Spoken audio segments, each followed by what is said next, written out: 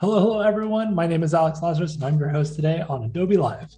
Today, we're joined with Christina Jackson of Club Creative. But before we jump into that, in case you missed yesterday's special episode with Paco did a Lightroom tutorial. It was using some of his photography from Lake Tahoe. It's incredible. So make sure you go check out the replay on YouTube or Behance.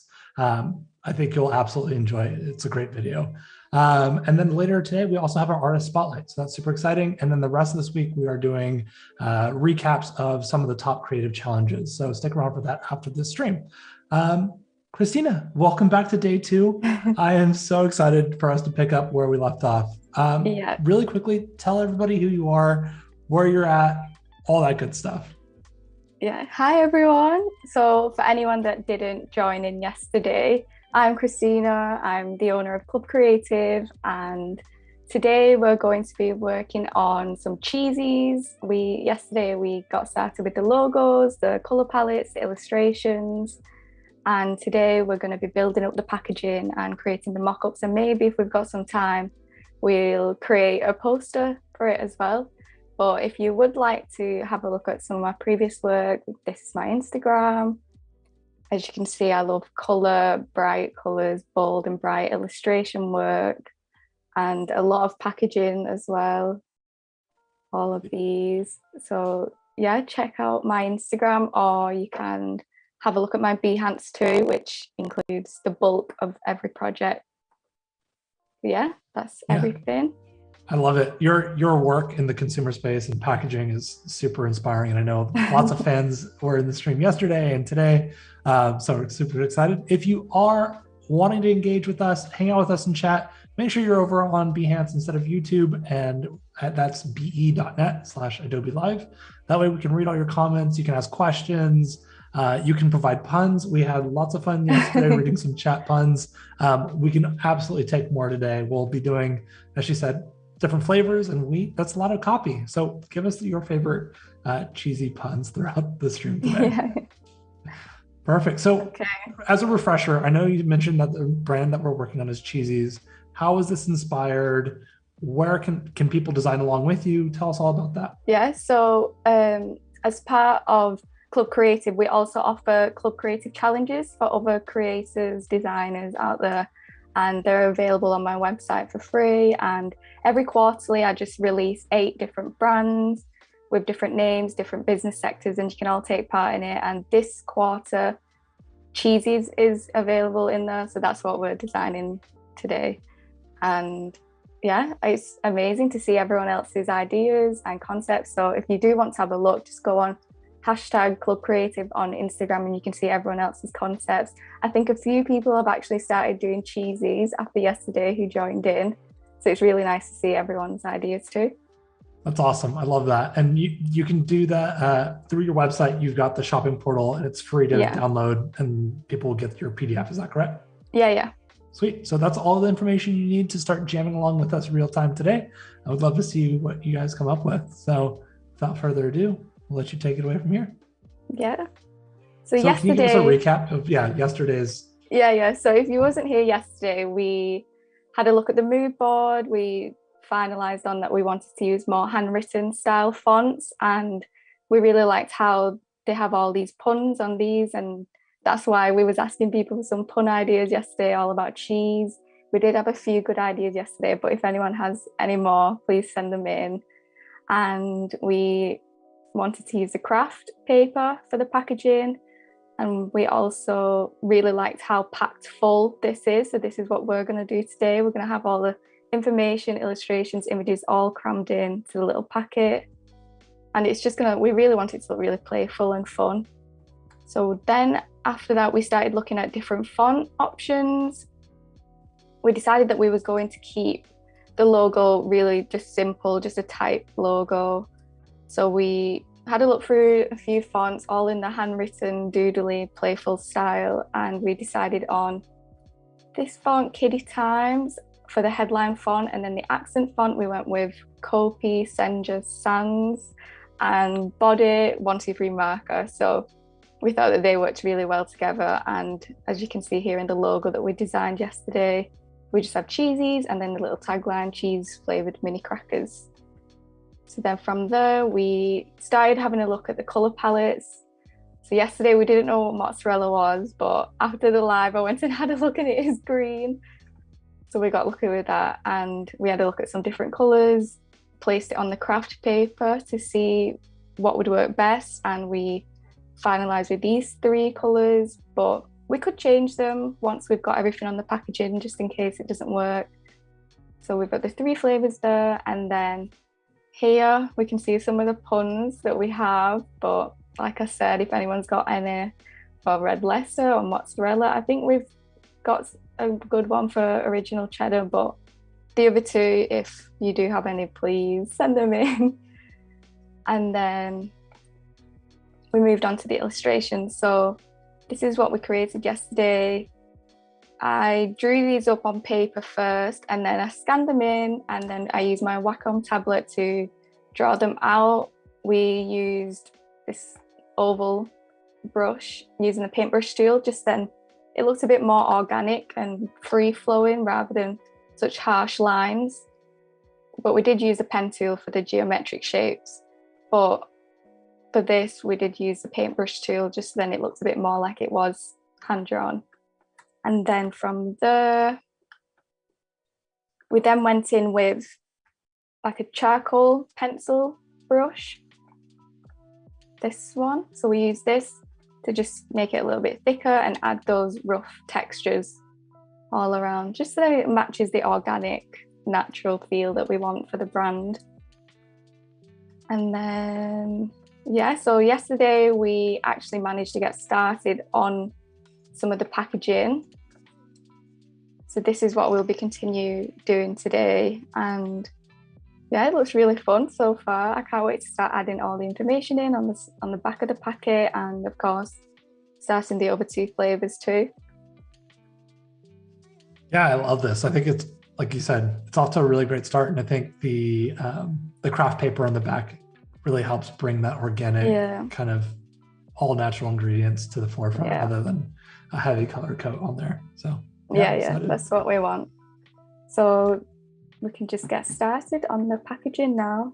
So I'm just going to bring over this information. This information is just for the front of pack, and then this is, well, yeah, so that's the front of pack, and these are going to go on the back. So these are just some mock information. We could have just used lorem ipsum, but I thought we may as well try out some real information from another cheese brand. Absolutely. Real information goes such a long way. And I think especially in your mock-ups, if you're using lorem ipsum, it just doesn't feel as curated or like designed. You know, if you can just go a little bit further and just make up your own content, sometimes it makes it feel even more real. It does, yeah. So I just pulled out some information from different cracker brands out there and changed them up a little bit, just so then they're a bit more fun and playful like we want. Absolutely. So let's get started with this. So I thought this would be really funny, crack me open already. That's great. I love that. Do you typically find yourself really writing a lot of copy for your projects? Like, do you really enjoy that part of the process, or do you?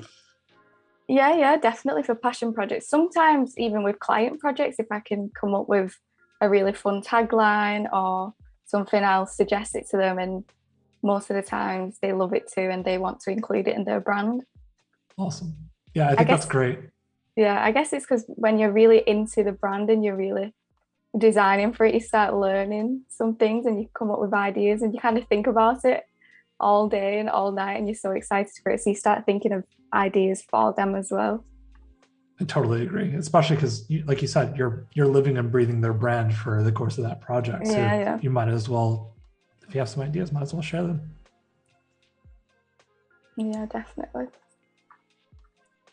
So are you building another guide, or what is this line for? No, we're just gonna do, I had an idea of doing like the little the little lines, the dashed lines. Oh yeah. That's a great idea. Something like this, but we'll do it a little bit thicker.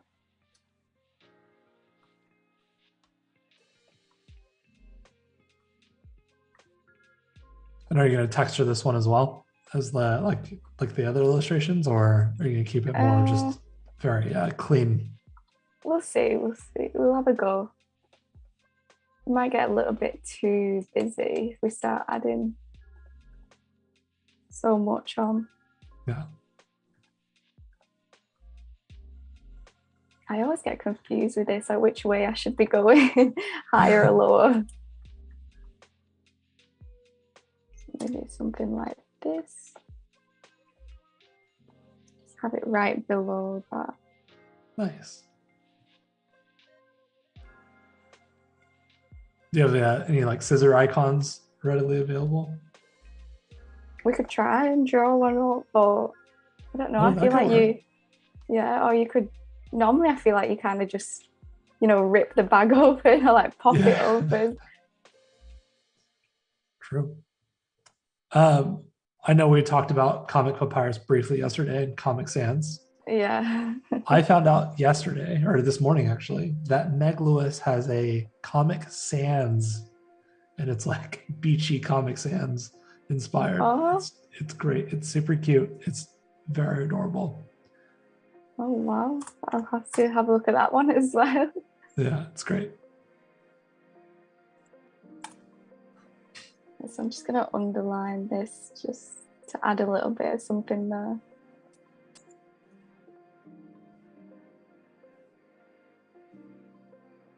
So I've just used one of these other paintbrush brushes just so that it's a bit more tapered, and again it looks like it's been hand drawn onto the.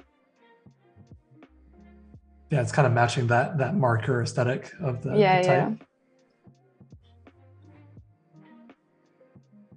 When you're designing these pieces, how do you go about trying to keep all the elements kind of consistent? Is it just something you have to do manually, or is there any tips and tricks you have with that? Sometimes if it's with illustrations and I've not expanded the strokes or anything and I've left them live, I would usually just copy and paste one of them and leave them on the side, and then once I've drawn everything out, zoom out, highlight it all, and then use the eyedropper tool on the one that the thickness that I like, and then I feel like that just gets them all unison. So that's what I usually do. Same with colors, anything, I'll just do this and then this select tool, all same, and then make sure that all the blacks are all the same blacks. Or sometimes I'll add the colors into the swatches like I have with these three. Yeah, so you're doing a global color palette. Yeah. Just to make sure everything's the same. Because I feel like with black sometimes, sometimes you can't really see it on the screen, so you can't tell that it's slightly different. Yeah, you got to make sure that it's like the pure value. Yeah. I think you can set that by default too. I think originally Illustrator has a very dark gray version of it. I think you can just change that by default to be actual pure black. Oh, I'll have to have a look. But yeah, so yesterday we drew this little flag. I think we might have it in black. Oh, that's cute. Yeah. Put that on the flag. Just want to keep it fun and playful, so I think that works quite well. Yeah, that's great. And it brings in this block as well, so it's not so heavy down at the bottom of the packet. Yeah, are you still loving the ticket idea? Yeah, I do still think that's quite cute. And once we've got the information on there, so let's get on with the information here. We've already got this, which is the tagline. Yeah, can you remind me what content's going in that spot again? Is it the calories, or what was it? Yeah, we're gonna have this, no nonsense, just the important stuff, just the stuff that sells. I think it makes people feel better if they see that it's only 90 calories and there's no artificial colors or anything. Yeah, that's great. I love that you're thinking about how a customer might be purchasing these off the shelf or Yeah, of course. what reinforces their purchasing behaviors. It's great. Because everyone wants to feel better when they're eating snacks. So if it's only got a few calories in there. What are your go-to favorite snacks? Oh, I love sweets. I'm a sweet person. I don't think I'm even a cracker person, to be honest, even though we're designing crackers today. I love sweets. I love Skittles. Anything Vimto flavored. Yeah, I am a sweet person. I think more sweets than chocolate or crisp. Interesting. I'm much more on the chocolate spectrum myself. Oh, really? Yeah. I think just like candy like that doesn't really get me very excited. But chocolate, sign me up. I think I go through different phases. Some days I'll crave a chocolate bar, and some days I just want something sweet. Yeah, totally. What about baked goods? I like donuts. I do like donuts. Yeah, I'm not the biggest cake person, but I do like donuts. Makes sense. That's a lot of sugar on the outside. Yeah.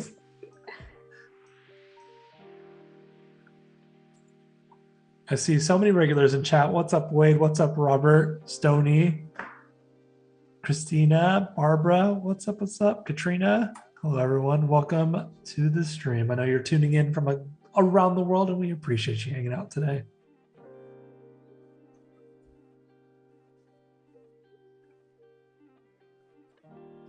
So we're just gonna use, I'm hoping that this font, so I want like a little X, so it's like a check mark almost, or like a interesting, like a bullet point or dot point. Yeah, I like using the font sometimes. I try and so that again, that's another way of keeping everything all similar together, and so it all works well.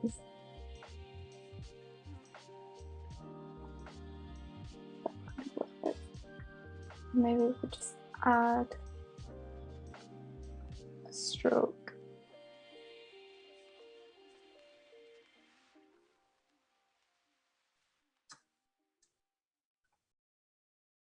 So what is the stroke helping you with? Is it? It's just, I'm just trying to make it a little bit slimmer. I feel like it's a bit too bold, just so it matches this body font a bit more. Got it. Just something like that. You can also probably do like a manual version of it since you've already done of course, that line above.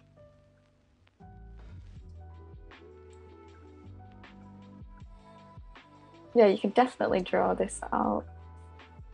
So I think just to match the font, and it's there, it's ready to go. Yeah. David asks, hey, Christina, I'm interested in knowing more about charging for packaging. Oh, wow. I can't speak today. It's Thursday. Hey, Christina, I'm interested in knowing more about charging for packaging design. Do you consider it worth more or less than a logo? I think definitely more, because it's a lot of information and it's a lot of organization, and you have to make sure everything's correct. You don't want to end up with a big bill at the end where the printing's gone wrong. So I think it's a lot of work for both me and the client to make sure that everything's correct and everything's good to go. And I feel like that it takes a lot more time and effort, and I do think it does cost more in the long run. Even though brand identity does take a lot of like brain power and ideas and creativity, and with packaging you are just using what you've already created, but there is a lot of content on there, and maybe they want patterns, illustrations, different designs on there that can take a bit more time. Yeah, I think it's a really good way of saying it really depends. Depends Yeah, on the it logo, does. depends on the brand, depends on the packaging, depends on how many pieces are in the packaging. Yeah, yeah. Is it a I think, system? Is it just a one-off? yeah, I think sometimes some clients have more minimal packaging, and then it's just literally they just want the logo on top of the box. Then with that, then I guess it wouldn't be more than the brand package itself. We would just have to talk at the beginning and go through exactly what you want, what you're looking for, and then we'll see from there, really. Yeah, there you go. Gauge the client, gauge the project. Yeah. So I'm just making sure that it all fits and it doesn't get in the way of all the artwork that we've already put on. I'm making sure it's all aligned. I can already see here that these are two different blacks.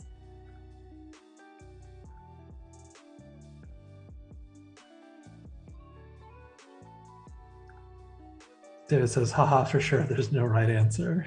No. Not an easy answer, I guess is the best way to say it.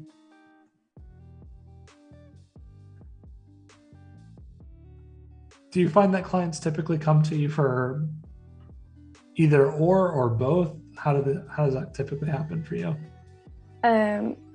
Usually they would come for the brand identity first, and sometimes I do also say, let's just start with the branding of the business first and get that perfect, exactly how they want it, exactly how will work for the business.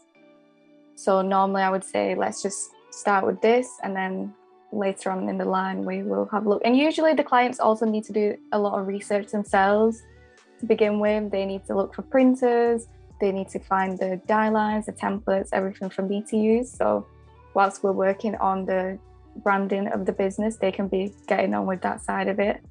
And then once we've got the branding finalized and it looks great, it's ready to go, then we would have a chat again, maybe jump on Zoom, have a phone call, see what ideas they've found, if they've changed their mind on the packaging. They might have found a new style of box or labels they want.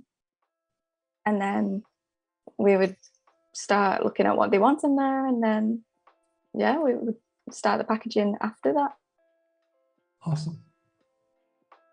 I think that's really helpful for people who are starting to jump into this world.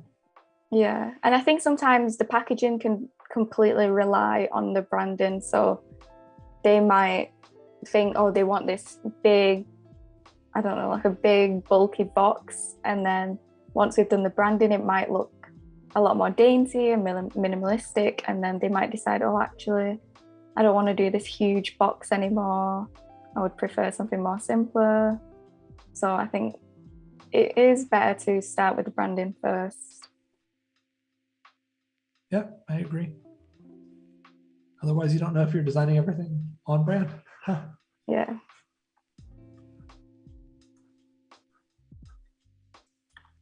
I'm just still filling everything up. Just put in the 23 grams.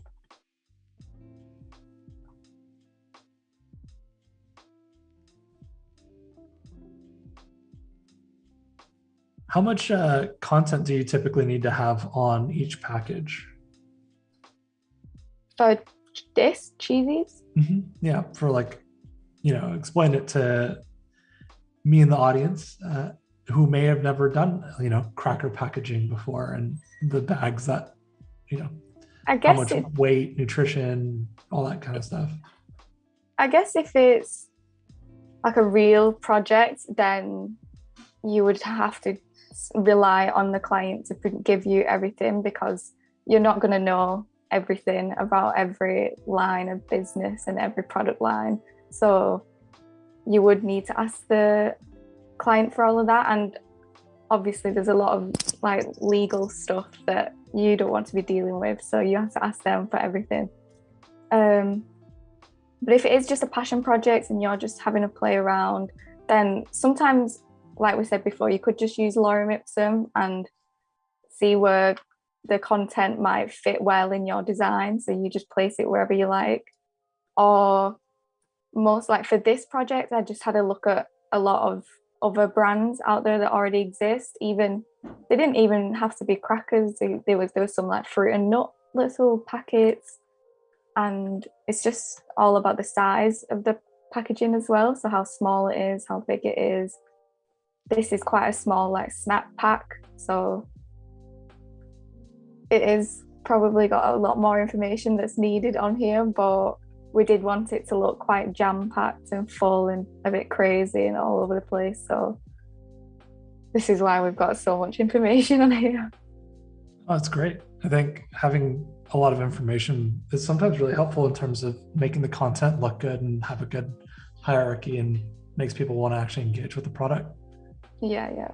I think sometimes if it's a bit too empty, it can look a bit like same. I don't know. I do prefer packaging that's a lot busier and full of color, life, illustrations, as opposed to more minimal packaging. Yeah. But I do also enjoy working with minimal packaging too. But it is fun to just let it all go wild and go crazy with it. Yeah, I think it's if the content helps add or is necessary, I think it's great. But I think reduction in terms of content is also super helpful if needed. Yeah. I'm just having a look where we can have this. Source from local farms. We may not need it, but or maybe we could place it on the back. So now we need the puns. Are we going to go with easy cheesy or cheesy peasy for this one? Ooh, that's a hard one. Chat, what are your preferences? Easy peasy or sorry, easy cheesy or cheesy peasy? Put them both together. Let us know, chat. I don't know. What is your gut saying? Which one do you prefer so far? I think I like easy cheesy just because it's the original flavor and yeah, it makes sense because it's just easy. Perfect. Send it.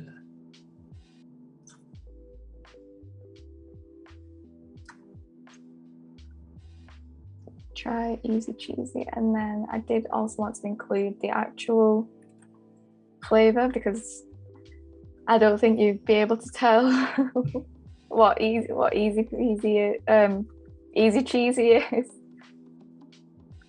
When you started to kind of create this brief, did you have like a audience or a demographic in mind as your target?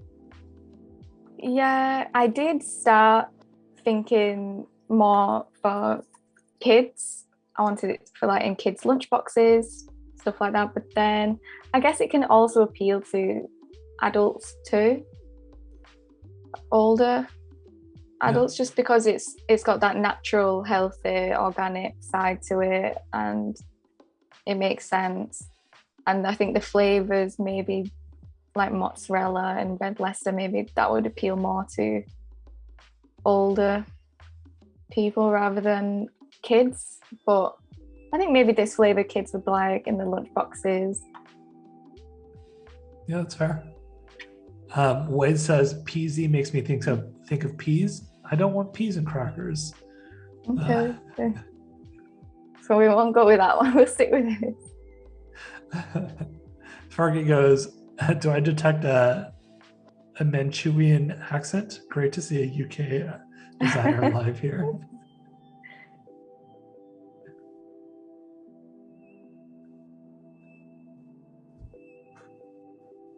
Yeah, so we can go with something like this.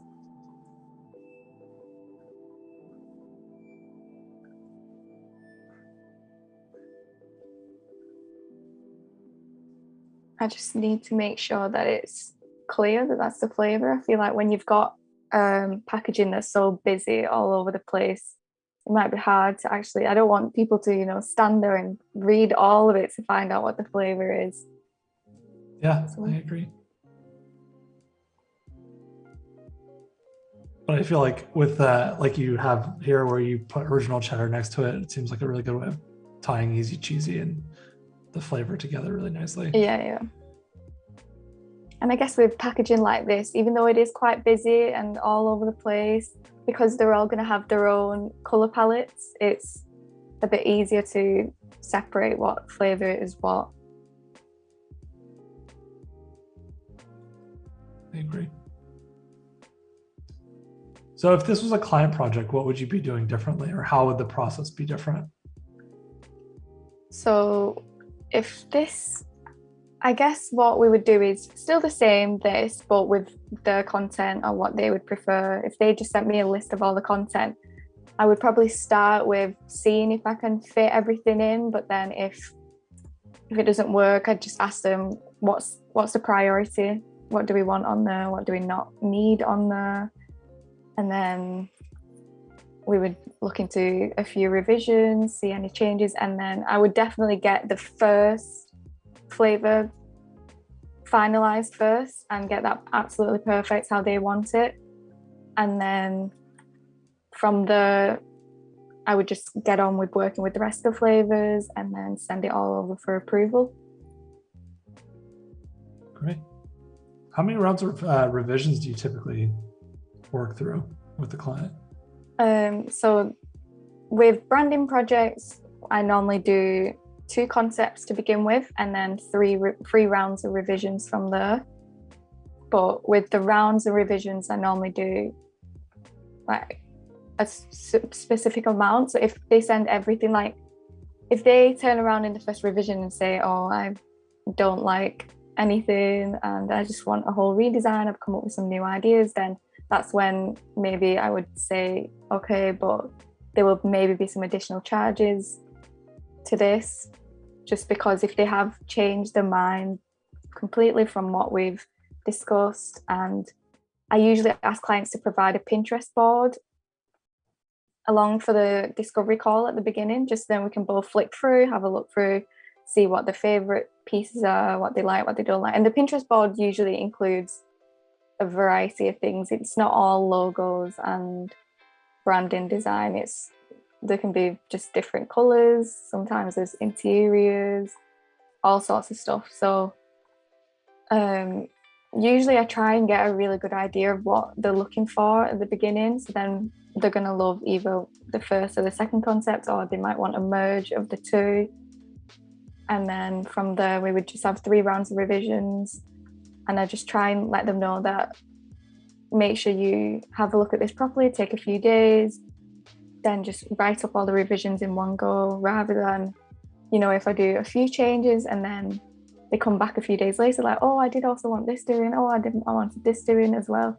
It just makes it easier for you as well to just sit down, spend a few hours on it, and you can work through all their amendments that they have with packaging design too. And then instead of going back and forth. Yeah, that makes total sense.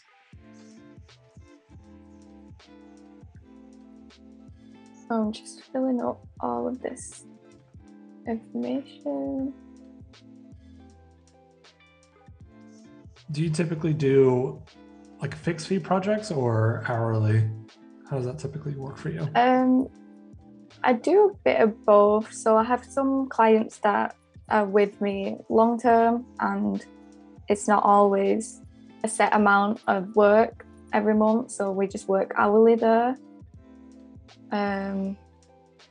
So with I just have agreements with different clients, whatever they prefer, what they're looking for. So new clients, startups, rebrands, stuff like that, then they are just set prices depending on what they want included in their project.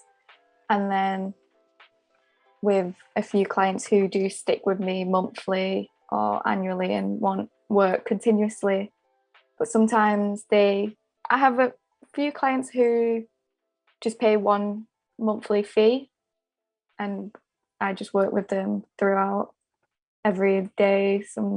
Sometimes they're hardly there, sometimes they're there every day, but it all works out in the monthly fee. And then I also have clients who are not really sure of how much they're going to need every month. So we just set on an hourly price, and I just keep track of how many hours I do for them. Great. Helena is asking, what would the size of the packaging be? For this? Yeah. So with this, I don't really know. I just worked it around the mock-up. So I found a mock-up online from Yellow Images of what I wanted, and then I just had to play around in Photoshop, like put different size squares, different colored shapes, had a look at how much of the artwork falls off the sides, and then I had some guides on here yesterday to just let me know that I have to stay within this. So with this, as it's just a passion project, I don't really have a size for it. I guess if you are going to be putting it on a mock-up, just open up the mock-up, have a look at what size fits on there, and then bring it over to Illustrator and design on that.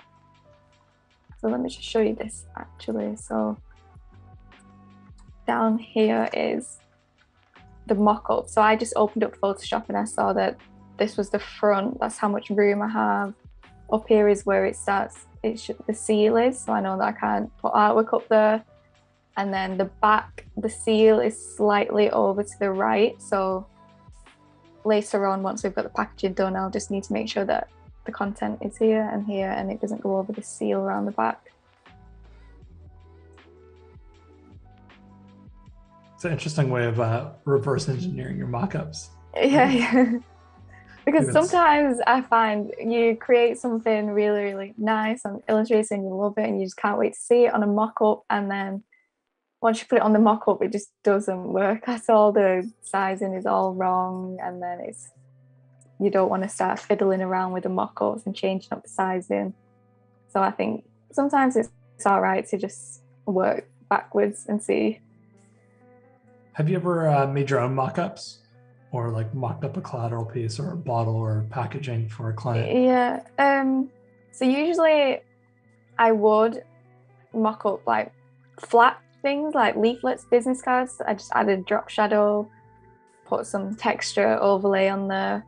But I haven't, well, I have if I've got an image, like if I can't find a specific mock-up, but I've got an image of what I want, then I would just take it into Photoshop and then use the perspective warp and apply my artwork over the top of it. Have you ever like made your own physical mockups for your clients, or no? Only digital?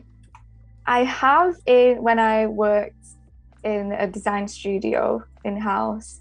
We used to do it quite a lot though. We'd print stuff out, stick it all together with some double-sided tape. But not here, just because my clients are just all around the world. Sometimes I would maybe make something for myself to have a look at. So if I'm working on, say, like a cross-fold leaflet and I don't know which orientation the artwork needs to be, so I'll just get a piece of paper, draw it all out, fold it all out so I know which way it's going. And maybe sometimes I'll print it out, have a look, see that it all fits well, and no artwork is falling off the folds or anything. So if it's a more complicated project, then yeah, I would definitely suggest printing it out. And even if it's just a black and white rough print, just have a look at how it all works. Great, I think that's awesome. I think there's a lot of people in chat thinking that this is a box originally, but no, chat, this is a bag of chips or crisps or crackers. I don't know. I'm just butchering all the terminology now. But yeah, box not in the schedule for right now, but maybe later on. Maybe if she's feeling adventurous after the stream. Yeah, maybe I can try. We need the whole, truck. We need a truck. We need a pallet of boxes and an individual box as well. We could do a full flavor range in a box. I think it'd be really cool to see these illustrations on like a big, truck going around town. Yeah. That'd be really fun, yeah. Big smiley faces everywhere. Exactly. The fun little illustrations. Bringing everybody happiness in the neighborhood. Yeah, that would be really nice to drive past. What's the coolest thing or place that you've seen in any of your work?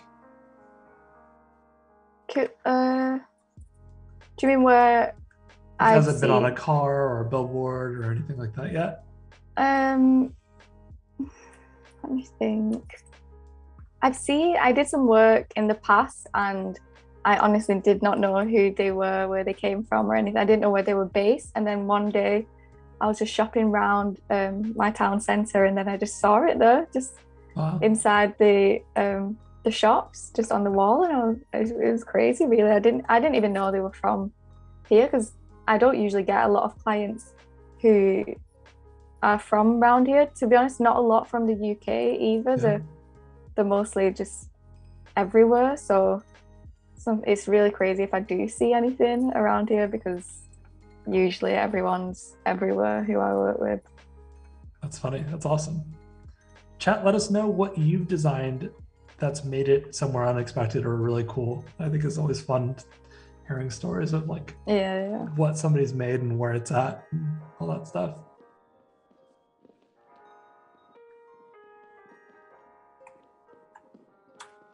Yeah, I would really like to see something. I've done a lot of like van design, van wraps, stuff like that. But again, they're everywhere worldwide. They're not really in this country. So Yeah. I would really like to see those. Sometimes I get pictures or I see it on their own social media. And it's really nice to see. It's nice to see when you're just looking at everything digital and then see it all printed, especially something in such a large scale like that, because when it's business cards, leaflets, stuff like that, they all just kind of look the same unless they're printed on a specific material. I agree. Do you have any kind of dream spots or things that you wish that you could see, like a billboard in Times Square, or I don't know, one of your Probably, pieces? probably, yeah, I would like to see it on a billboard in Times Square, definitely. I've never even been to America, so that would be amazing if I got a flight there and saw it. Yeah. I was going to say, where it sounds like a great trip, like opportunity for you to just go visit all the vans and billboards that you've designed for Yeah, people in other yeah. countries. Yeah, that would be really good. A Yeah. lot of Instagram content. Yeah. Lots of selfies in front of their van. Yeah. It'd be funny. Amelia asked, do you include prices for product production in what you charge the client? I guess it would depend if we have discussed it and we've agreed that that's what you want to do. But in the initial stages, then no, it would, like I said before, I would normally do that afterwards, after the branding side has been done. If that's what you meant by the question. I think so. But it could also be, I think it really depends on the project and what they're specifically looking for. Because I know sometimes you can have the original design done, but it needs a lot of artworking in order to get it ready for production. And sometimes that needs to be farmed out to other people or other designers to help you out with that. Yeah, I think sometimes with smaller scale items like leaflets, business cards, stuff like that, then I would get it all ready for print, ready to go. I would normally send the client the original file and the print ready file. But with things like larger scale stuff like vans, car artwork, stuff like that, then I would get it ready to some extent and then say to them, just get it checked by them, or if there's a specific file they need, then just let me know and then I will get it all ready for them. Saeed asked, hi Christina, can we use font sizes less than 6 points for packaging design? So usually no, I normally would. I think the smallest I've ever gone is 4 points on packaging, and that was really small, but it was like the fine details. But today this is we're at 3 points, but we're not printing. This is just for fun, so we're okay today. That's funny. I didn't even catch that. Welcome, Annika. But yeah, I would say also 6 points depends on the font. Some fonts are still legible at 6 points and some aren't. So do a gut check. I prefer just to print things manually and check it with my own eyes before saying that a typeface can work or not. Yeah, definitely. I have a little printout that I printed a while ago with just all this, like a certain font in all the points, all the sizes, just so that I could just have a look at it. Smart. Instead of reprinting. So if there's a certain font that I always use, for example, in my own branding, then I've got it all printed out just so then I can just have a look at it. That's a really good idea. Great questions, chat. Johanna's asking, is there a method to like batch process infos from CSV? There definitely is, and I would highly recommend. It's kind of one of those things that you might need to Google it for a better tutorial than I can explain over this project. But especially if you're doing things like business cards and things like that, there's some really handy ways of just pulling in that information from the CSV and populating all that content and exporting it for you. That way you're not having to manually do 300 people's individual contact information. Yeah, I've definitely done that before. Like all it took was one project where I was like, all right, I'm done. I'm tired of this. How do I automate this? Yeah, I've done that a lot of times before, and then they usually come back again, new staff member. Oh yeah, exactly. We hired 4 new people and we changed people's names, or this person moved, or they have a new phone number. Yeah. Or someone's changed the name, or someone's been promoted. Then you're looking through a full list of names. Because I always just save the files as the name of that person. And you end up looking through everything to just find who this person is to change the smallest of details.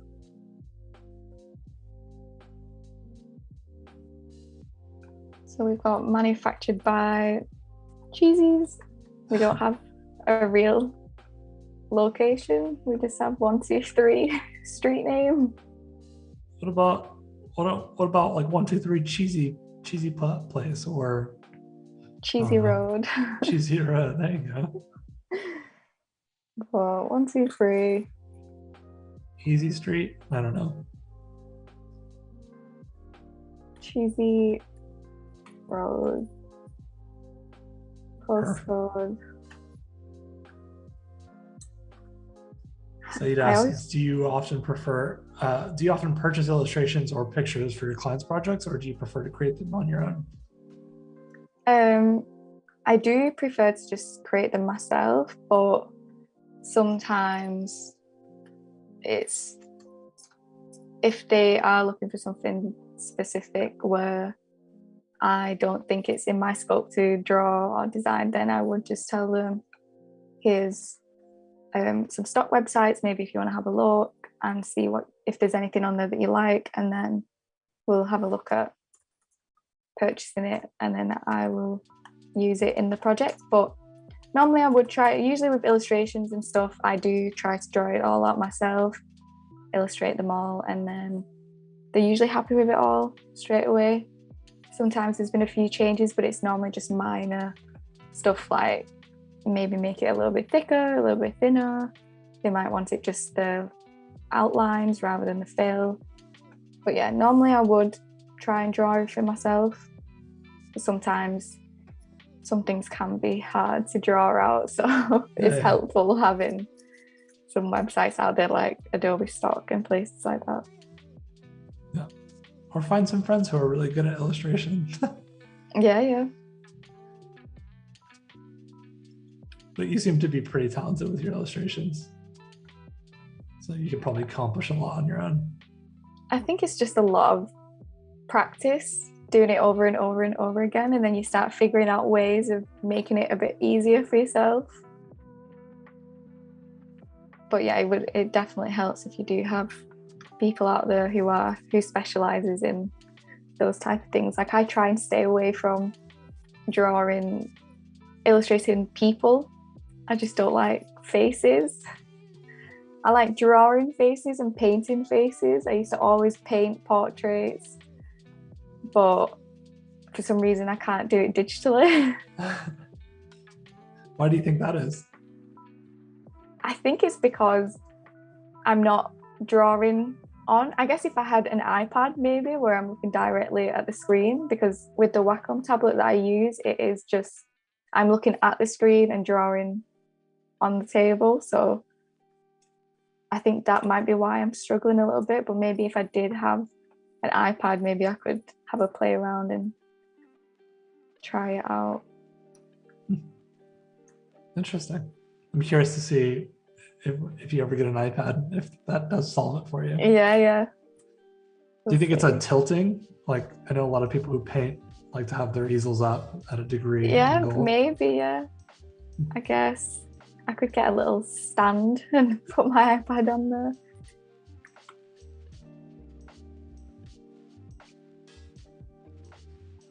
Helena asks, is there a package design you did from a product that you use yourself? Trying to think. I've had things sent to me from clients, which has been really nice to see.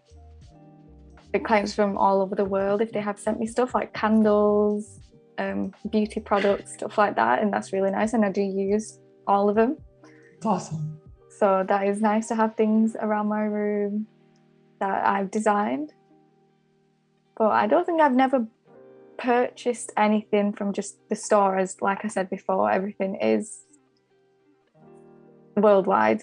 There's not a lot of things in where I live that I work with anyway. Totally, that makes sense.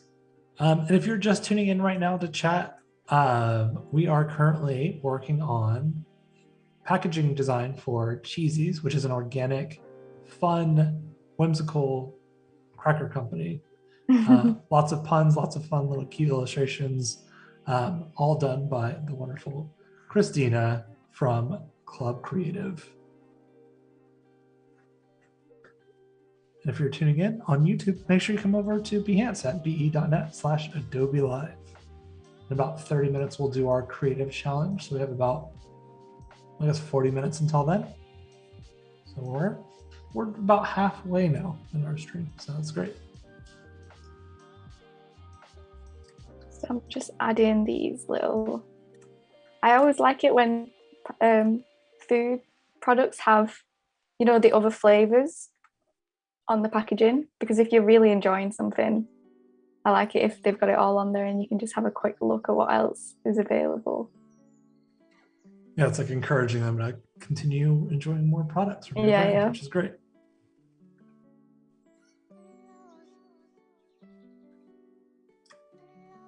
Jeffrey says, I like to work in non-destructive though, for when a client needs an adjustment in text. Yep. Non-destructive work is the best way. So she's done all of her masking on these images and things as well in Illustrator, so that she's not destroying the images, but just masking out the ones she doesn't like. Yeah, we are going to need to do that for the other two flavors. We have these images here. Hey, Mike. Welcome to the stream. So I think I'm quite happy with how this is looking now. Yeah, it's looking great. Everything fits in. I can't wait to see how this looks in the mock-up. Yeah.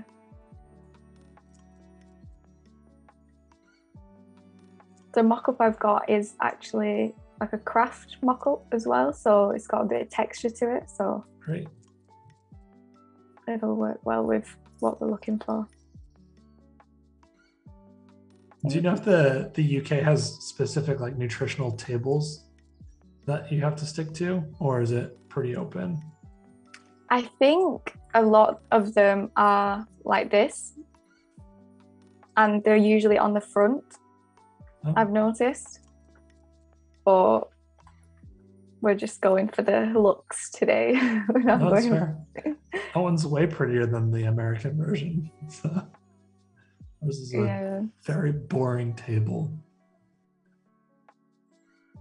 I have seen a few that have been quite nice where I've seen some like this where they're longer, but then they have like curves here and it's like blocked out, separated. So I've seen some nicer ones, but I think they are usually like the one above. That's cool. So now we'll start moving on with the next flavors.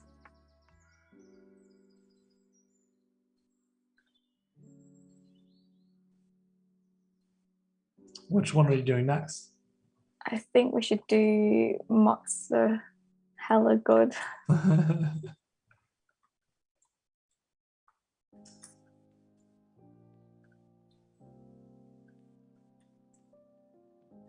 I am going to keep the layout very similar on all of them, but make changes that are needed like this. It's not going to fit. That might just need to go on 2 lines.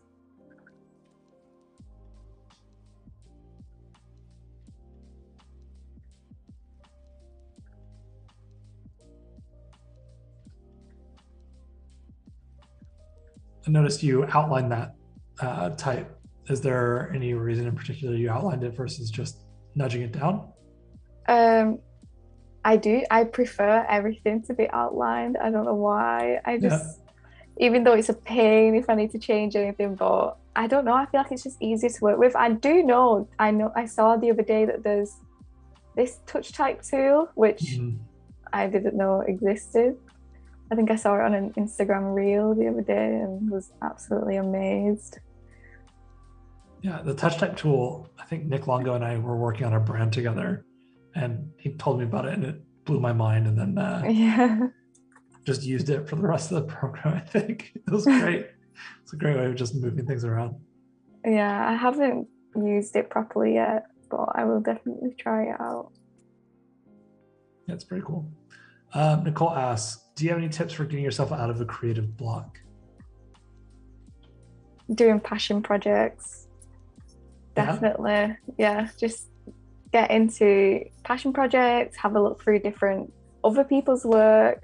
Like I said, you can have a look at Club Creative challenges, go on the hashtag, have a look at how other people have designed that certain brand. I think that's what's good about passion projects, because everybody is working on the same brand and you get to see everyone's take on it and how they think it should work.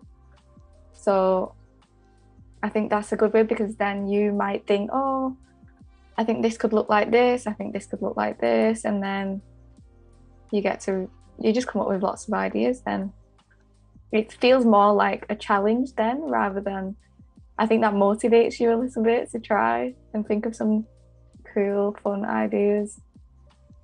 Do your challenges have like a time constraint to them, or they're pretty just as long as you need to get it done? Yeah, it's open. It's just there as just a resource if you need it one day. Yeah. It's not any type of competition or anything. It's just, if you can't think, because sometimes it's hard if you are coming up with just your own projects and it's hard to come up with a business name. True. Have you ever done a 15-minute creative challenge before? Yeah, I did a while ago, and I did film it for a reel, and then I hated it. So then I didn't post it.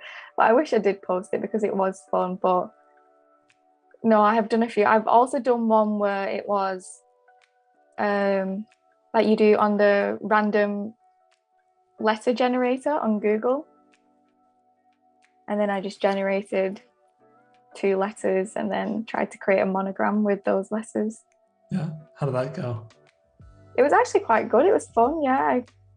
I really liked working on it because I feel like with monograms, they are quite they can be very difficult sometimes putting two letters together, especially in a specific font that you're using. Yeah. So that was really fun to just play around, try a few letters, and then just in case I did ever get a client that had them same two letters, I already had a few ideas ready. That's awesome.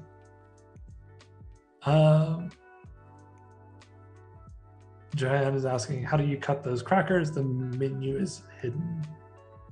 Cut those. Oh, so that was a PNG that she had, and then she used the shape and then used that as a mask. Yeah. So solid color, and then was it enable clipping mask? Is that right? Yeah, clipping mask, yeah. Clipping mask, and it just crops out the other pieces, but it's not destructive, so she can pull out those crackers or the other ones whenever she wants.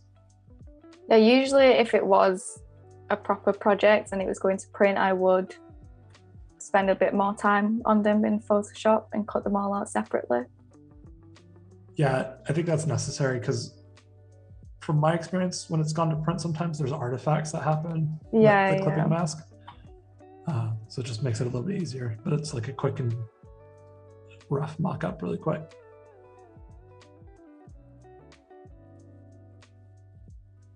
So now we're just going to carry on with the fill for the illustrations like we did yesterday. It's just very rough again. And mozzarella, we decided on green. It's the cutest green mozzarella I've ever seen. I don't think it should actually be green. Maybe we should add a separate color. Maybe just have the leaves green. That could work really well. I feel like if everything is green in the background, it's fine. If I don't think anybody's going to be made to feel like the cheese will make them sick. Helena says, about the creative block, I go on a walk and do a fast design challenge as well with site. It generates multiple kinds of design prompts, a prompt for UX design for physical product. Oh, that's cool. It's a really interesting idea. Yeah, I think like 15-minute challenges are great because you're constrained. I think in my opinion, I personally struggle with like open-ended where it's like, okay, I can spend 4 weeks on this project that is a personal project, and then all of a sudden all the time is gone. So if I just say, okay, I'm gonna spend 15 minutes on a crazy idea and then do another one and another one, then I think that helps me with just I guess. But that's just because that's how my brain works, and I get really excited and work on things for way too long.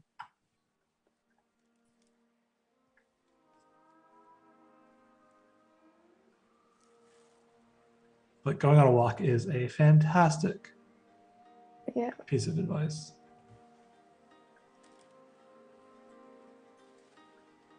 So we've got some leaves and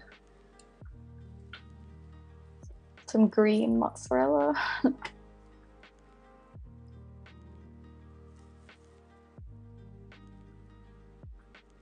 now I'm just going to try and work it in.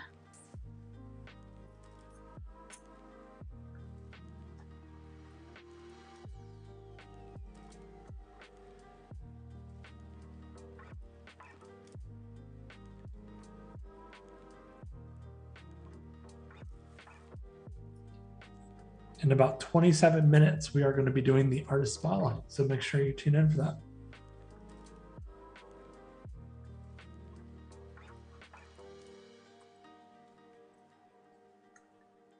So now I'm just going to group these because we are going to keep that baked.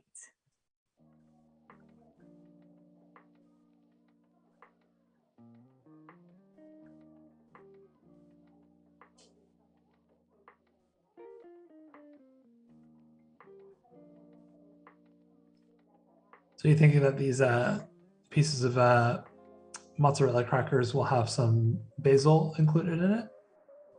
Yeah, I guess it can do. I think if cheeses was a real product, it could have every flavor. When I was looking into flavors, I was like, oh, we could do nacho cheese. There were so many different flavors. we could have, they might do mixed flavors. That's great. Helena asks, what is the Artist Spotlight? Well, Helena, the Artist Spotlight is where we get to feature some of our wonderful community members and show off their work and tell you how awesome they are and where to follow them and all that good stuff. So if you want to, and you're curious, you are more than able to go to the top corner of your Behance chat where it says Chat Info Artist Spotlight. Click on Artist Spotlight and you can nominate yourself or a friend or a loved one, whoever you want, to that page, and they'll have a chance to be featured one day.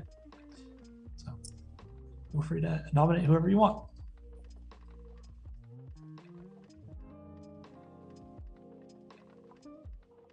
We'll just add in these little geometric shapes again. I really like how it looks like it's, you can feel that it's been snapped and you can see that the cracker is cracked, I guess. Mm-hmm.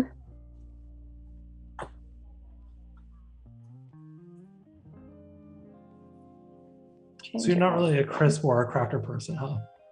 No, not really. I do like crisp, but I don't choose to have them. I don't go into a shop and think, oh, I really fancy a packet of crisp. I would more than likely get a packet of sweets instead. Yeah, I'm right there with you on that.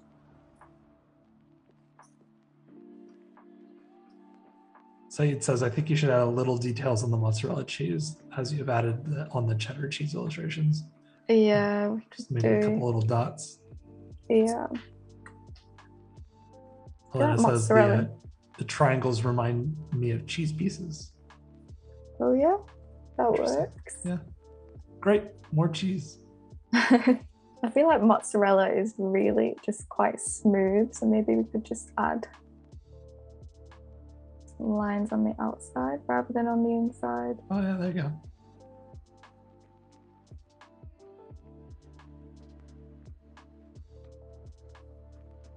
Just gonna do the same as yesterday, just make it quite thin.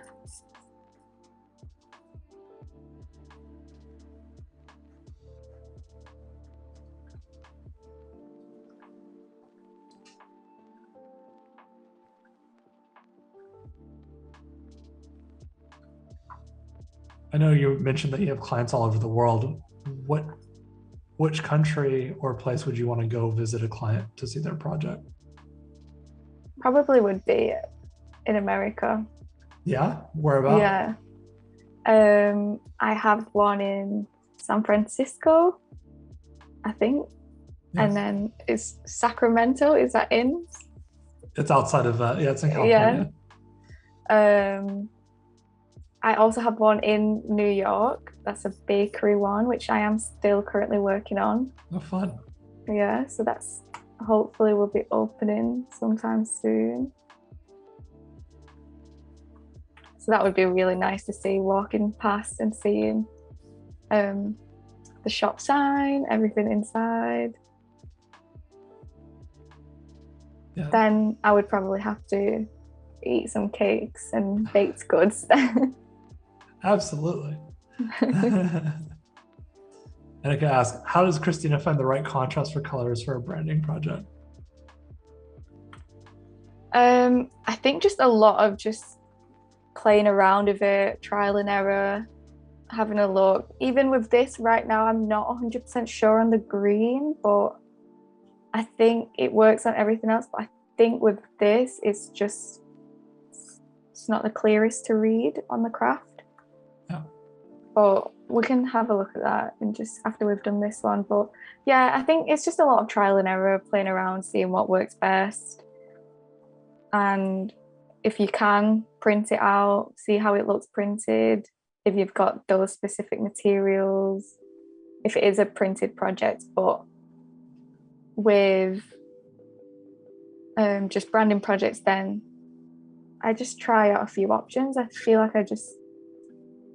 normally I would have some understanding of what the direction the client wants to go, and I will have a look into those colors. Like if they say, oh, we definitely want blues in there, then usually with the two concepts that I send over, one of them would be more the safer option with exactly what they asked for, and one might include a complete crazy color palette that I think would be amazing, but they might not want that. So I do try and propose two different styles in the two concepts, but with the colors, I do just play around like we did yesterday. We just went through a few colors and looked at what we thought would work. Yeah, I think, like you said, you're kind of also trying to balance it with the other colors in the brand as well, not just that one piece.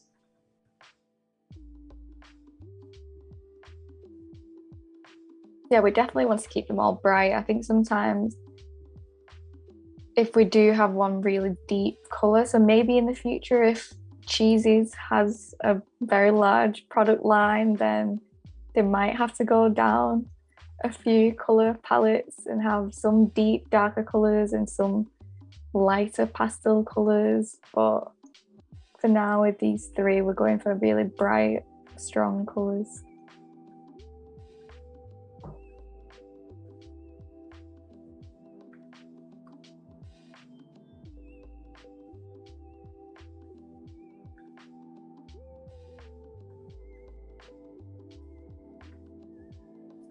I think these illustrations are super fun. I just love how you're pulling them together.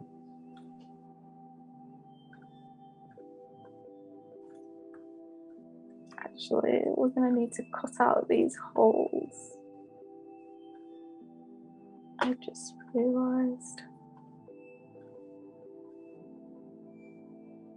I'm just using the Pathfinder tool, which is probably my favorite tool on Illustrator. I love that tool as well, but I always click it around and do 15 versions of it first. Yeah. Is this the right one? Is this the right one? Yeah, I think I always just use the top left and bottom left. So, but I am trying to start using the shape builder tool a lot more, but I got taught the Pathfinder tool and I've always just stuck with the Pathfinder tool. Yeah. I mean, if it's working, no need to change it. Elena asked, any beginner advice for a beginner on packaging design?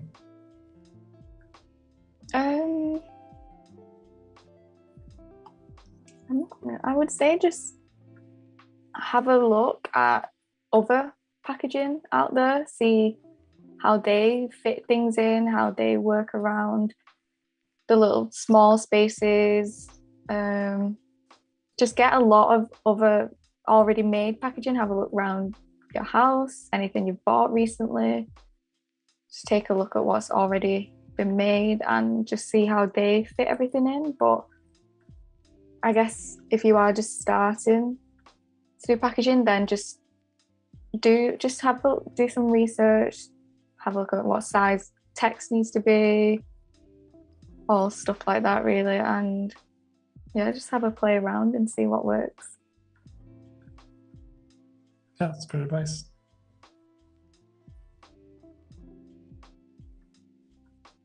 I think for me, whenever I think about trying a new project or something that I haven't had experience in, is understanding what I love about what they've done.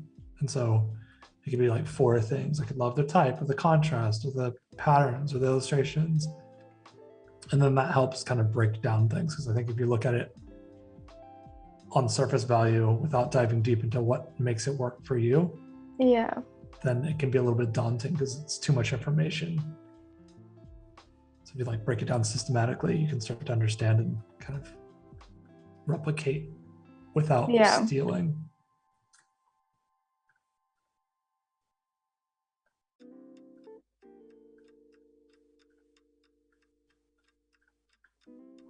This one looks really angry with the red. Jeez Louise. About 15 minutes before the auto spotlight, but if you are on YouTube and you're wondering where's all these questions and these fantastic comments coming from, Well, it's because they're on Behance. So make sure you come over to be.net/Adobe Live, type in chat, hang out with us here. We'll answer any questions you have. Happy to help. Colby says loves the type. What up, Colby? How are you doing? Said it's very fun, or it's fun.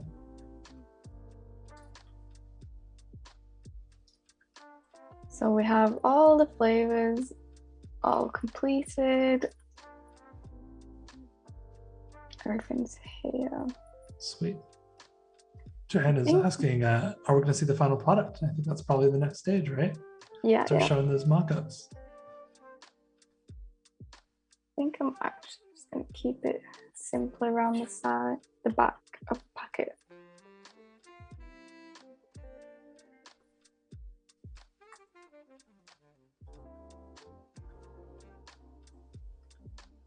Just so then once we put it on the mock-ups, we can just use the one because they are all the same on everyone. Maybe we could try a darker green.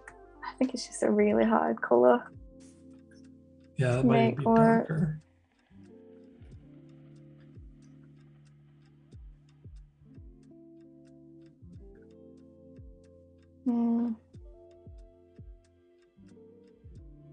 Go lighter. Well, that one works.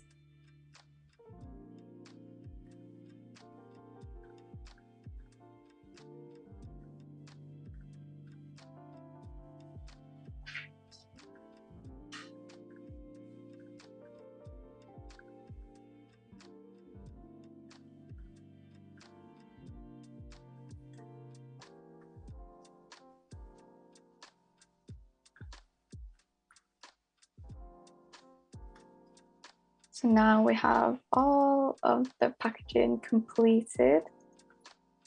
All the flavors are on there, the fun puns, the images and the illustrations. And start to get it ready for the mock-ups. Said says it's looking really nice. Good.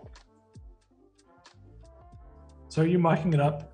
Oh, you have to break it apart for the mock-up, huh? Ah. So I'm just going to group it all.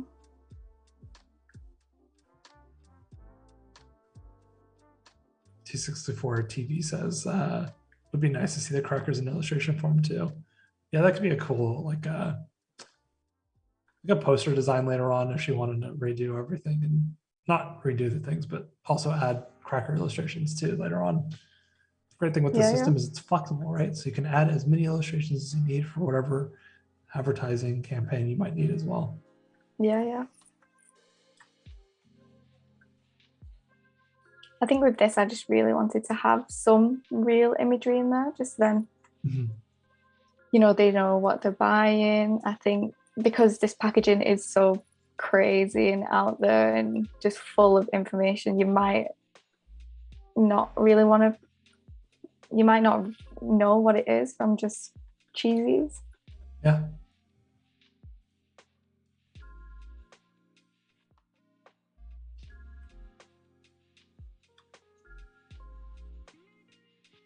So right now you are, explain this process of breaking this image down. So I'm just using the size that I already got from the mock-up and then just using the clipping mask to put all the artwork in, just so then it's easier to move over onto Photoshop rather than having the full. So now I know exactly where the center of the design is. Got it. Makes sense. And then we'll also do the same for the sides. TV64, she does not use Dimension right now, but is looking into it later on. Definitely. I hadn't even heard of it only recently. I've started seeing it all over Instagram. Everyone started trying it out recently. I've seen a lot of it on Instagram Reels. But no, I hadn't heard of it before then. Johanna says, I heard today most printers can print in RGB. Is that why you edit in RGB? But No, we mentioned this yesterday. We were giving ourselves the full budget and we're just going fun. We're not looking too much into the print specifications or anything. But yeah, I wish every client had the biggest budget and they could print in RGB, but I know that it is hard and it can get quite costly, so it is upsetting. I've had times where I've worked in RGB and I've not realised till the very end, and then I switch it over to CMYK and then it's just so dull and ugly. Yep. Saeed asked, where do you find inspiration for using the fonts? Did you already have an idea of trying to do some markery goodness, or did you kind of already have something predetermined? It was just from when I was looking at other packaging of other products, and I searched up just like natural packaging, organic packaging, healthy food snack packaging, and then I just saw the handwritten style and I just really liked the way that looked. So yes, and then I just started having a look around on different websites. Usually, like I think I had a look through Adobe fonts, Google fonts, Creative Market, and then just tried yesterday. We paired them all together, looked at what works best, the headline and the accent font and the body copy. But I did want to go for this playful type font where it's not so serious and so clean and tidy. Yeah.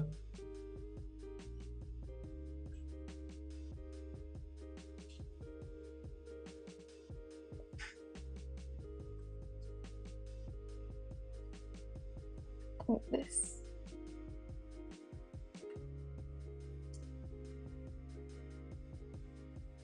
So when you're mocking these mockups up, because these mockups can get pretty heavy, are you working off of just one file, or are you working on 3 individual ones for each? No, I do usually just work off one, but I do normally just hope for the best that it's going to survive, but yeah, we will see. I think it should be okay. Sweet. And yesterday you mentioned that these are from Yellow Images. Or... Yeah. And you said you have a front and a back, is that correct? Yeah, we have a front and a back, yeah. The back has a seam right down the center. That's why we just had to do that, where we slightly pushed one side of the information to the right.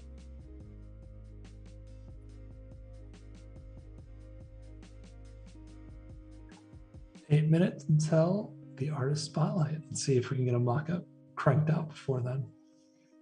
I hope so. Let's see if these gigantic vector files allow that.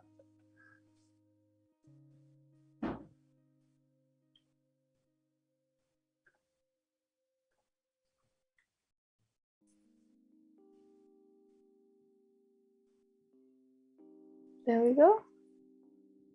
Nice. We have one. All seems to fit. We'll just export these as we go, just in case we do have time.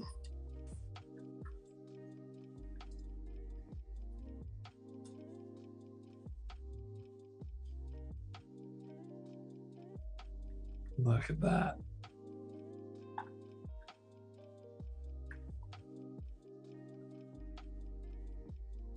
Is there a reason why you paste it in as pixels over like a smart object or layers or path or shape layer or anything like that? I'm just doing it as pixels now, just because I am worried that they might be a little bit too crazy. Yeah. But normally I do just put them in as smart objects. Yeah, smart objects are a great way to go about it, but if you are worried about computer performance and things like that, then doing pixels is probably a good bet. Yeah, we're having some problem now. Yeah.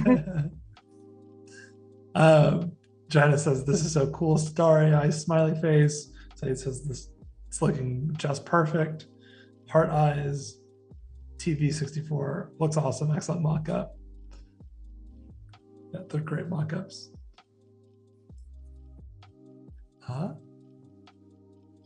I'm getting something. Oh God.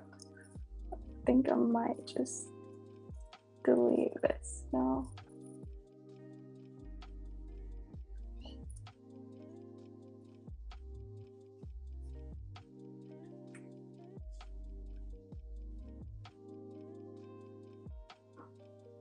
Awesome. You can always adjust your levels and some of those filters if you're not completely happy with what the creator of the mockup made. So if you want, you can just mess with that. Yeah, I do usually mess around with it sometimes. Janice says, how is the highlights and shadows added to the smart object? This one has pre-built into it, but each one has typically like a bunch of different layers within it. So she's kind of showing right now. Yeah, so there is a lot in here. Ooh, a gold layer. Sign me up. I'm a sucker for gold layers.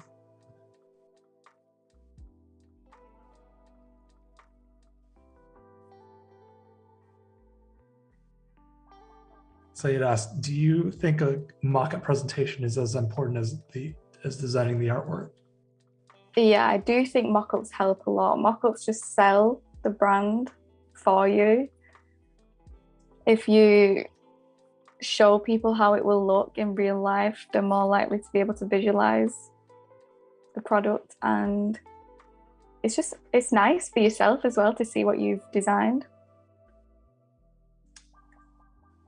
Yeah, TV also agrees. It says helps solve the design. The flat design might not properly be appreciated by the client. I agree. Yeah. I think bottles especially, like I think if you can make a physical mock-up for it and hand it to the client, they can see it, feel it, hold it. Yeah. Anything you can do to helps with the presentation factor and will help sell the idea. Yeah, I do find with what you've just mentioned, the bottles and any labeling work, normally when you send them the full flat label, they can't picture what will be shown and what won't be shown. So then sometimes mock-ups are really helpful there to show them this is how much you're going to see on the front of the bottle, and this is what's on the side, and this is what's on the back. Yeah, I think it also helps contextualize. I think a lot of times if they just look at the flat thing, they might say, oh, we need to have XYZ added to this. If not, then we don't have enough information. But if you see it on the actual packaging, say, oh, we actually don't have any more room. Like we're already out of space. So it makes it easier to say, okay, we don't need to add, every single little detail.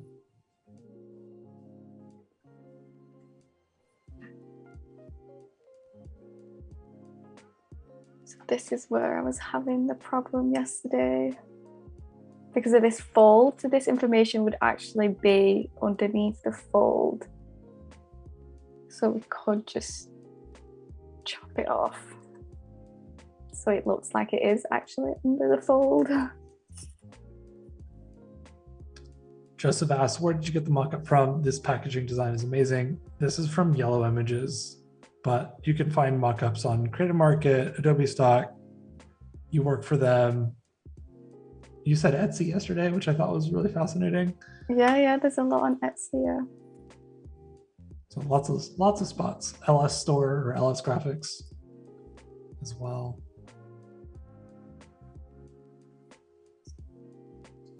There we go. We have the back of the pack.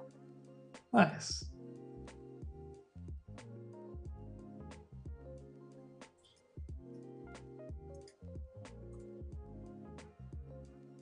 And then we just have one more for the front.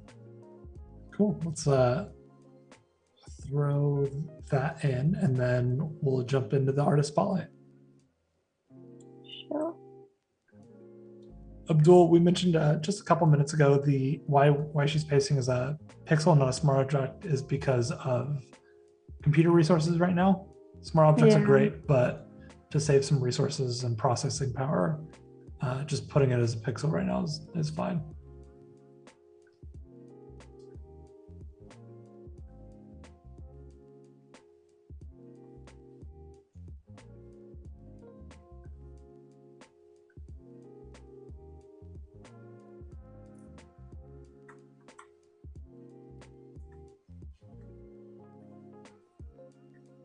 There we go. So we have all the packets done. Awesome. Well, then let's jump into our artist spotlight. Words are so hard. Our artist spotlight. If you want to nominate yourself, friends, family, coworkers, other creatives, make sure you do that up in the top right corner of your screen where it says Artist Spotlight. There's a nomination button there. Today, our wonderful artist that we're spotlighting is Mike Musas, located in the Democratic Republic of Congo, sorry. And make sure that you go over to his page, check him out on Behance, but he's also got a follow button there. Make sure you hit that, give him a good like, check out his work, give him some comments, some praises, all that good stuff. We're going to just dive into his work really quick so you can see a glimpse of who Mike is and what he creates. Looks like this is a chiropractic brand. Yeah. Oh. I really love anything that's animated. I wish I could do it. Yeah, this is a great way of like kind of showing how everything comes together. Yeah, I really like that. I think it's really clever. I think even I think one of my favorite pieces is the before and after. Yeah, this is really nice. Yeah, it's such a clever solution as well with the ampersand. Getting the curvature of the spine incorporated is super, super cool. Yeah. Oh, I really like it when creators do this as well, when they explain why they've done certain things. Yeah, that's super That's solid. really nice. Yeah. Wade just posted Mike's Behance in chat, so make sure you check it out. It's a direct link for you right there. So here are the mockups. See, this is what I mean by it sells the brand. It's nice to see the products, the design on the mockups. Absolutely. This is a great way of getting, clients buy-in and saying, okay, have you thought about letterheads and folders and things like that? It's like, yes, I have. Here you go. And these are fun. They are fun. I could imagine them as little GIFs, for Instagram stories. Or animations on a website. Yeah. Awesome. That's really fun. Oh, here's social media templates. It all works really well. The colors, the logo. Yeah, it's cool. Yeah. Nice. Want to check out another one? Yeah. There's this one. Oh, this awesome. one caught my eye. I think this one's so cool. It's illustration work, even the pattern in the background. And this with the added grain on top. Yeah, that little bit of noise really brings it to life. It really suits the style. This is really cool. I wonder if he's selling these posters. Mike, we saw you in chat earlier. Let us know if you're selling these posters. They're really cool. Yeah, I really like all the different landmarks. Yeah, those are cool. It does say that his poster projects. So yeah, these are really nice. Well, Mike, if you're still around, let us know if you're selling them or if they're just living on the digital world right now or not. Yeah. Whichever one you want to click on. It's all up to you. Congo Electric. Oh. Some more animation. I know you love the animation. Yeah, that's really cool. I like how he's done that. Arrow. It's a great way of bringing that brand to life and kind of reinforcing the motion that's already happening in the logo. Yeah. It's very cool. Again, this is really nice to see. This is really cool. How he's got from one location to another. That's awesome. Nicely done. Your case studies are really robust. Yeah. Great to see. So make sure you check out Mike. We'll scroll down and make sure we can shout out his Instagram as well. But Mike, fantastic work. Great to see you on Behance. So you got your contact information there, your Twitter, your Dribble, Instagram, all shared there as well. So make sure you give Mike a follow, check out all their social media. Make sure you go give him a comment, tell him, the creative community is with him. So anyways, perfect. We'll get back to the mock-ups now. Thank you, Mike. Mike's still here. Let us know about your posters. They're so cool. Awesome to see you, man. Cool. So where are we at now in the project? What else do we have left? We got about 20 So minutes. I think we should work on a poster, something like available now, for Okay. sale. Yeah, just show off the flavors, the products. Imagine it in a shop, a billboard, a bus stop, anything like that. Love it. Do you have mockups for all those? No, we just have a poster Cool. today. Just gonna drag those in. I think it would be really fun as well, all the social media for this product. Maybe I could work on that at a later date and then upload them onto my Instagram. Yeah, that'd be fun. You're gonna do a 4x4 like you're typically Yeah, do. maybe, yeah. I was gushing on her 4x4s. If you're not familiar, check out her Instagram. She does these really great little snapshots of kind of her whole brand deck that you might normally see in like a Behance post, but it's just a single post on her Instagram. You see the kind of full spectrum of each brand. It's really cool stuff.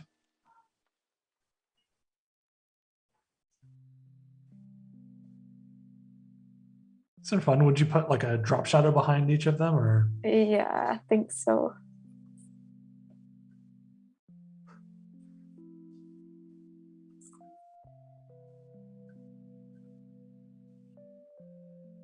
Yeah, it's really nice to see them all lined up together. Yeah, it's like this is like a real brand already. Who would have thought?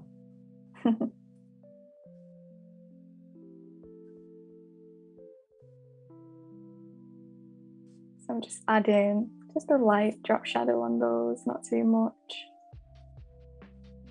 And then, Mike says that the posters collection was a passion project.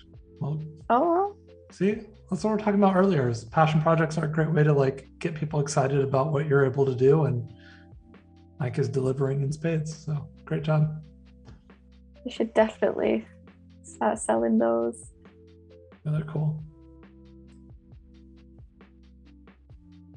I really want to use this ticket idea just because it's on the packaging itself. So I think we could use that maybe as like a border for the text.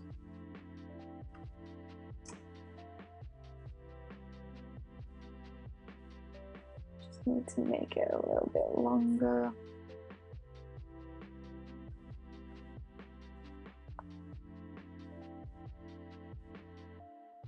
So using this as like the headline border, is that correct? Yeah, I think I might put something like available now.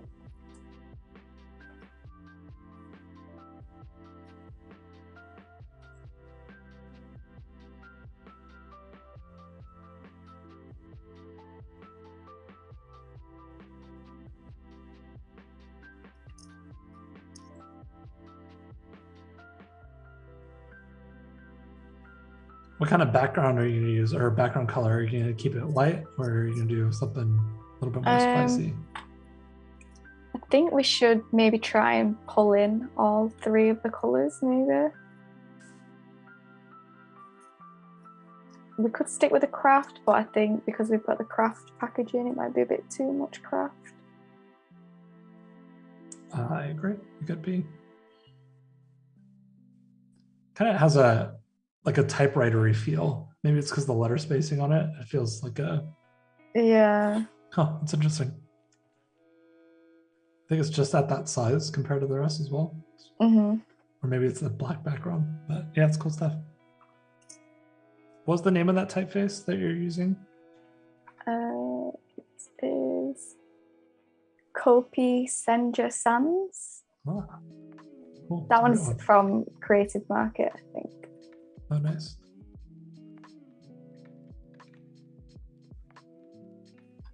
So I think it would be really fun to have all the little doodles everywhere that we've designed. Things like this might be cute.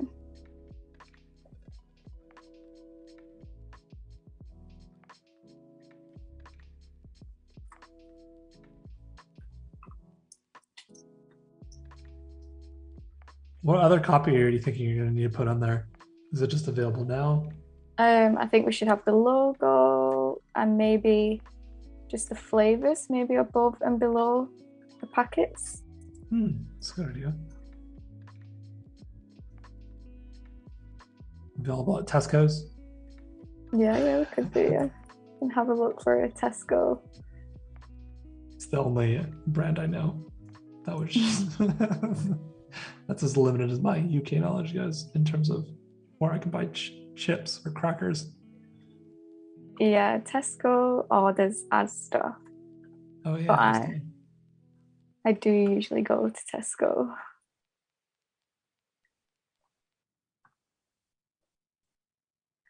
So I'm just getting the flavors out.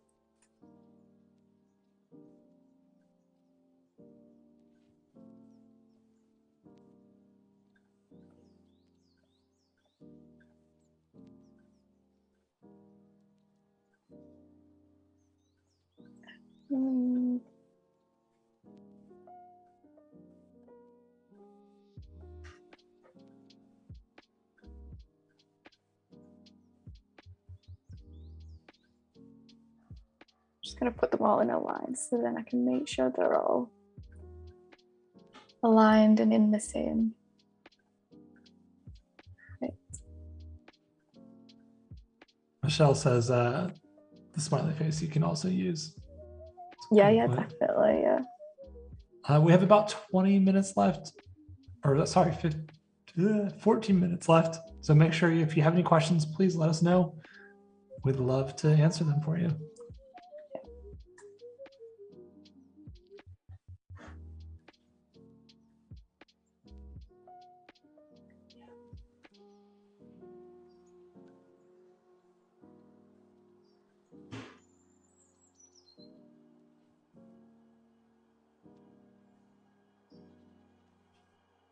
Oh, that's looking really good. I love that. I could see this really sticking out on like a Subway ad or Yeah. Subway, like bus. It's fun. Maybe we could add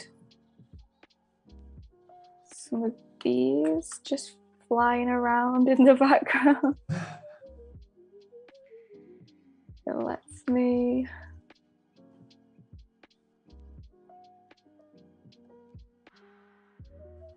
It's doing a lot of thinking today. Yeah. Okay, maybe we could have some just.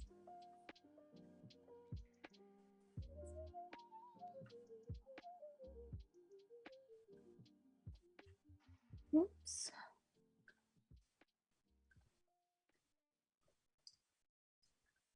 Maybe we could just have pieces kind of flying around, sticking out everywhere. That's fun. Get the crumbs everywhere. I could see there being a lot of like fun copy around crumbage.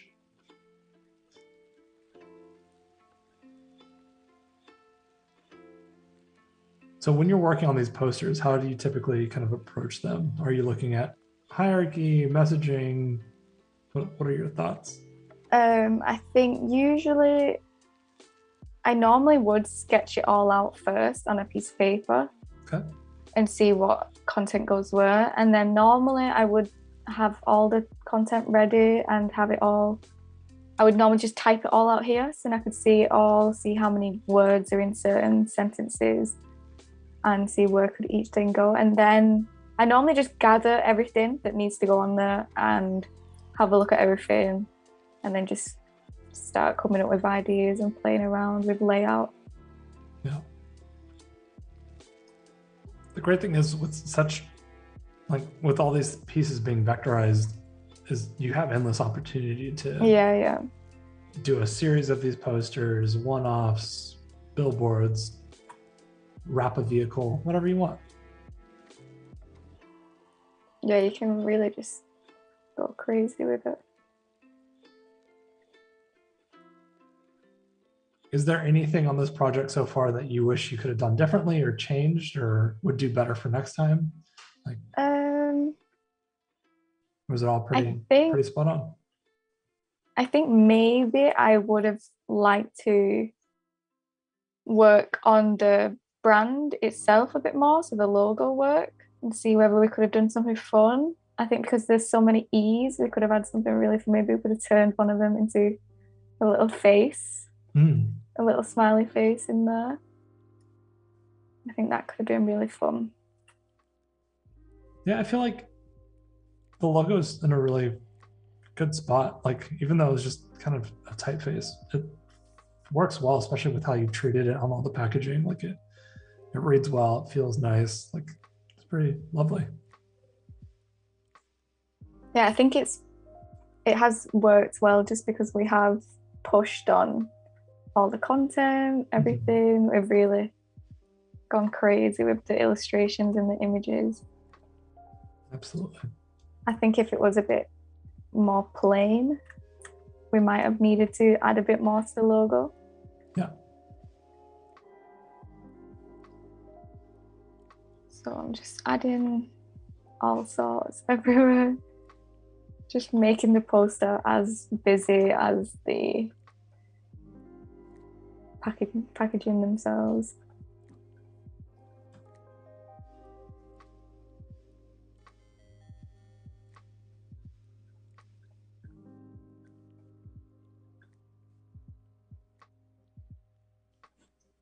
I think we could add smiley faces.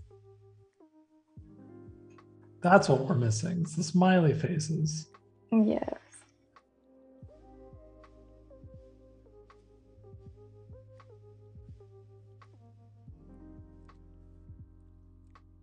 Yeah, it's gonna feel so much better with a couple smileys on there. Ah, chef's kiss.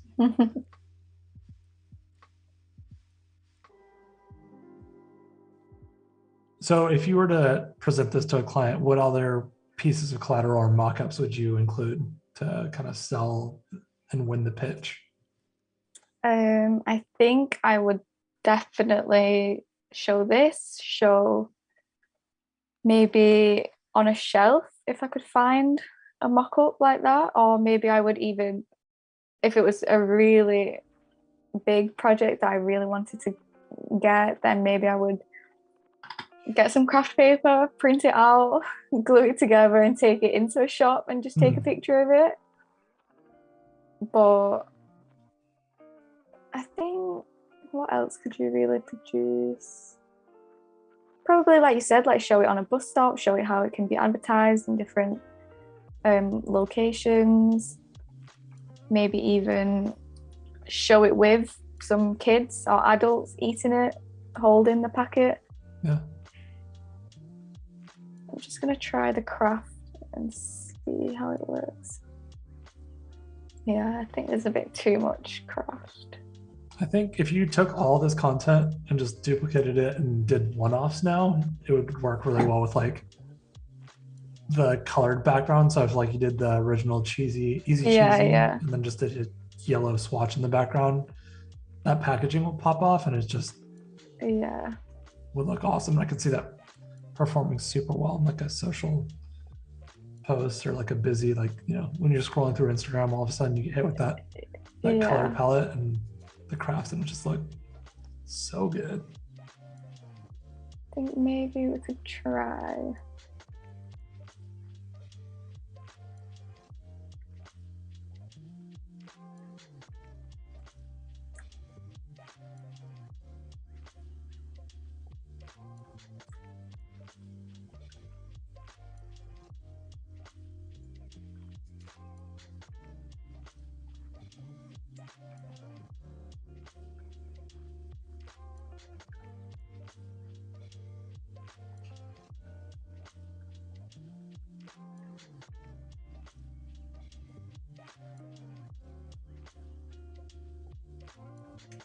Just gonna try. It's a good test to see if all the colors work together or not. Yeah. Hopefully.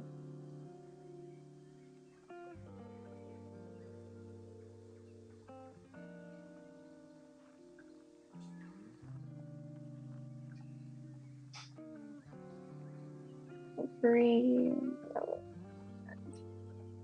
Almost It reminds me of traffic lights, but in yellow instead. Yeah, I might need something a little bit more neutral. Yeah. I do think it's fun, and it shows that there's 3 flavors. Yeah.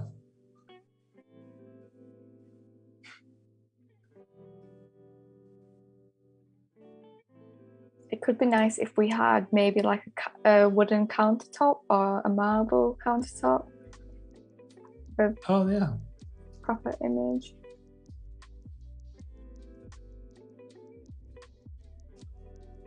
Light grey maybe.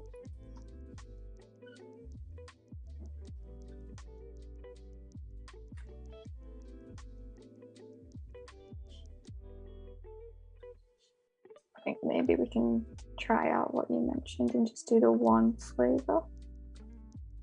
I think we'll only have time for just the one. Yeah. About 4 minutes left, so 2 minutes to get this mock-up out. I know you don't really do the time-based challenges, but you have one now. We'll see.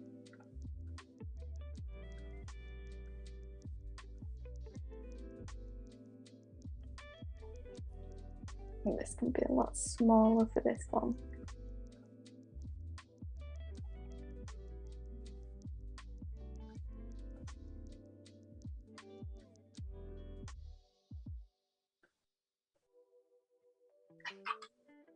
Nice. It's looking good.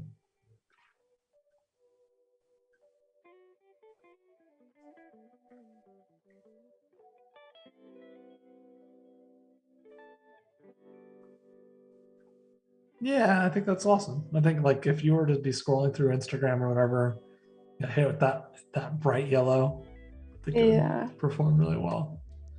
So we have just enough time to get a quick little recap in. Love to see kind of over the last 2 days, all the progress you've made, all this great work that you've done. Just a quick little. Yeah. So let's see where we started.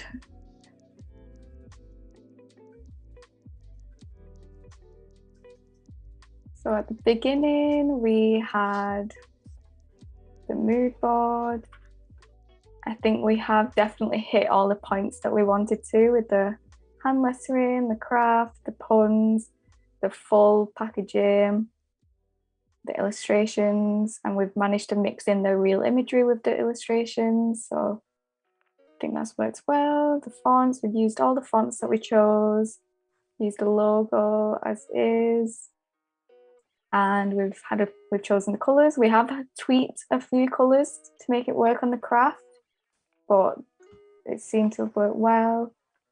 Illustrations, we've got the smiley everywhere, we've got the cheeses. We decided to add a fill on them just to make them pop a bit more in the packaging.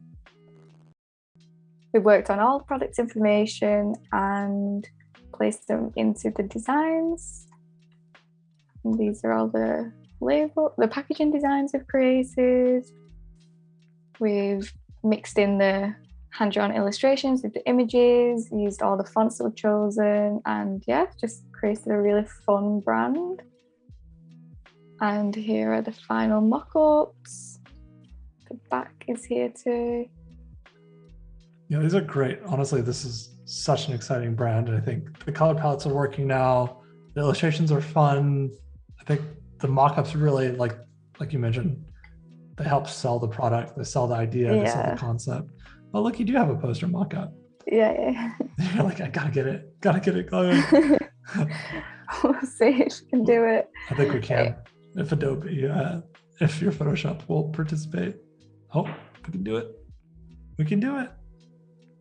I don't think it's quite the right size, but we'll make it work. Ship it. There we go. Saved. All right, let's see that. There we go. Ah, so beautiful. So easy cheesy. I love that. Perfect. Well, Christina, thank you so much for these wonderful 2 days. I've learned a ton. I'm sure chat has as well.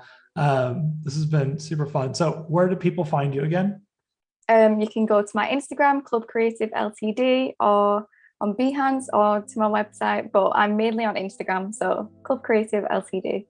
Perfect. Love that. And if you are just now tuning in, make sure you stick around. We have some really exciting Adobe Creative Challenge encores after the stream. So you'll see some of the best of the XD Creative Challenges, but then also come back tomorrow. Andrew Hochradel and Nick Longo, two wonderful humans, are doing a very special episode of their office hours. This Friday, their office hours episodes hit their 100th episode. So it's going to be a very exciting, very fun stream. I can't wait to see it with y'all. See y'all soon. Thank you, everyone, for hanging out. See you later. Bye-bye. Bye.